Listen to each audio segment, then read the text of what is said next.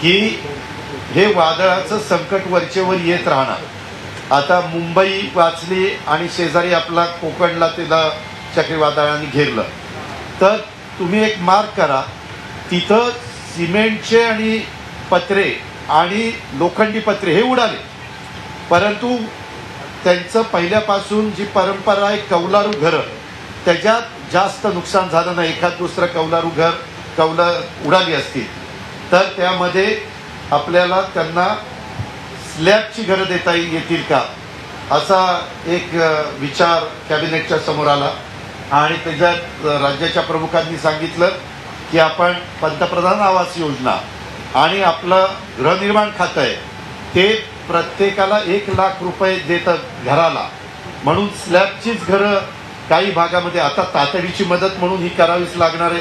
त्याच्याकरता विशेषतः स्टील पत्रे तयार करण्याचे 4 युनिट आहेत, जिंदाल आणि अशा वेगवेगळे टाटा वगैरे, तर त्यांच्याशी संपर्क सरकारने साधलेला आहे।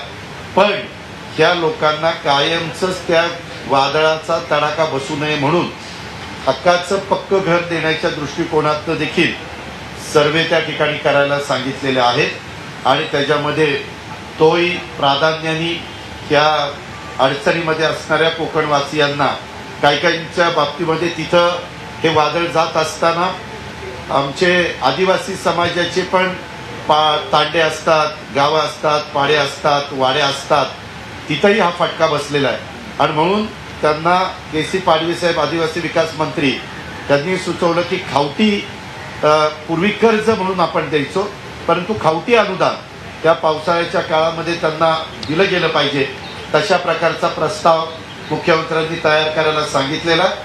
2 दिवसात तो प्रस्ताव तयार होईल आणि ह्या सगळ्या बेल्टमध्ये असणाऱ्या आमच्या आदिवासी बांधवांना ह्या सगळीची मदत मिळेलच, परंतु ॲडिशनल खावटीची पण मदत देण्याचा निर्णय, आणि ते अनुदान, ते कर्ज नाही, असाही निर्णय त्या बाबतीमध्ये झालेला आहे।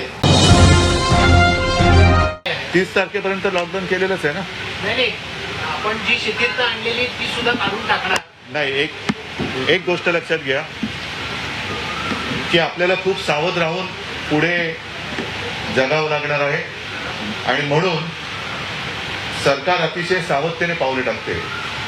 कुठेही घाई गर्दी न करता, जसं आपण लॉकडाऊन सुद्धा घाईघाईने करत नव्हतो, टप्प्याटप्प्याने करत होतो, त्याचप्रमाणे लॉकडाऊन किंवा शिथिलता आणताना सुद्धा एक टप्प्याटप्प्याने सर्वांना एक कोरोनामधलं आयुष्य अंगवळणी पाडत आपल्याला सर्व पूर्वपदावरती आणावं लागेल। आपण हा प्रश्न विचारला त्याच्याबद्दल मी तुम्हाला धन्यवाद का देतो, पण मला आपल्या माध्यमातून तमाम माझ्या महाराष्ट्रातल्या नागरिकांना, माता भगिनींना सांगायचं आहे की अजूनही संकट टळलेलं नाही, अजूनही लढा संपलेला नाही, पण कोरोनाबरोबर लढत असताना आपल्याला अर्थचक्र सुद्धा बंद करून चालणार नाही। जे आता जगभर मानलं जाते की कोरोनासोबत जगायला शिका, तर त्याच्यामध्ये जसं आता आपण एकमेकाशी मास्क घालून बोलतो आहोत, समाजामध्ये सुद्धा आपण त्याला सोशल डिस्टन्सिंग हा शब्द चुकीचा आहे, फिजिकल म्हणजे अंतर ठेवून राहिलं पाहिजे। काल परवापासून म्हणजे वादळ ओसरल्यानंतर, वादळ इकडे आलं नाही सुदैवाने, पण जे सरकारने सांगितलं की सकाळी 5 पासून संध्याकाळी 7 पर्यंत तुम्ही पब्लिक ज्या काही मैदानं असतील, जागा असतील, तिकडे आपण फिरायला जाऊ शकता, व्यायामाला जाऊ शकता। पहिल्या दिवशी जी काही झुंबड उडाली, ही झुंबड बघितल्यानंतर थोडीशी एक धाकधूक वाटली। बाहेर पडायला, व्यायाम करायला एवढ्यासाठी सांगितलं, ते आरोग्यासाठी सांगितलेलं आहे, आरोग्य खराब करायला नाही। तर आपण एकमेकापासून थोडंसं अंतर ठेवून राहिलं पाहिजे। अजूनही आपला जो ज्याला पब्लिक ट्रान्सपोर्ट म्हणतोय, मग त्या लोकल सेवा असेल, पूर्णपणे BST असेल, सुरू करता आलेल्या नाही आहेत, केलेल्या नाही आहेत। सरकार एकूण परिस्थितीचा अंदाज घेते आहे। जर का असं वाटलं की ही जी उघडीप आहे ती जीवघेणी ठरू शकते, तर नाईलाजाने कदाचित आपल्याला पुन्हा लॉकडाऊन करावा लागेल, पण महाराष्ट्रातली जनता ही अतिशय सहकार्य करणारी आहे। आणि गेले 2 महिने मी सतत बोलतोय, संपूर्ण सरकार म्हणून अजितदादा आहेत, बाळासाहेब आहेत, सतत बोलत आहेत, आणि जनता सरकारचं ऐकते, कारण त्यांना माहिती आहे की सरकार जे करत आहे, सरकार जे सांगतं आहे ते आपल्या हिताचं आहे, आणि म्हणून मी जनतेला धन्यवाद देतो आणि पुन्हा एकदा सांगतो की गर्दी टाळा. गर्दी कोणत्याही परिस्थितीत होता कामा नये, हे याच्या मागचं सूत्र आहे. बाकीच्या सूचना तर मी वेळोवेळी देत असतो. लोकलची मागणी आम्ही सातत्याने करतो आहोत, पण एक सांगतो की लोकलची मागणी लॉकडाऊनच्या काळात सुद्धा सरकारने केलेली आहे केंद्राकडे. ती जीवनावश्यक सेवा पुरवणारा जो आपला कर्मचारी वर्ग आहे, आता हॉस्पिटलमधला सुद्धा जो स्टाफ आहे तो काही प्रमाणामध्ये पूर्णपणाने येऊ शकत नाहीये आणि त्याचं जर काही येणं जाणं वाढवायचं असेल, इतर जीवनावश्यक सेवा पुरवणाऱ्या कर्मचाऱ्यांचं येणं जाणं वाढवायचं असेल तर आपल्याला लोकल सेवा ही आवश्यक आहे. नहीं, इसलिए मैंने आप लोगों के माध्यम से मैं पूरी जनता को आह्वान कर रहा हूँ कि आज भी संकट गहरा है, संकट टला नहीं है और जो माना जाता है कि कोरोना के साथ जीना होगा तो वो जीना हमें सीखना होगा.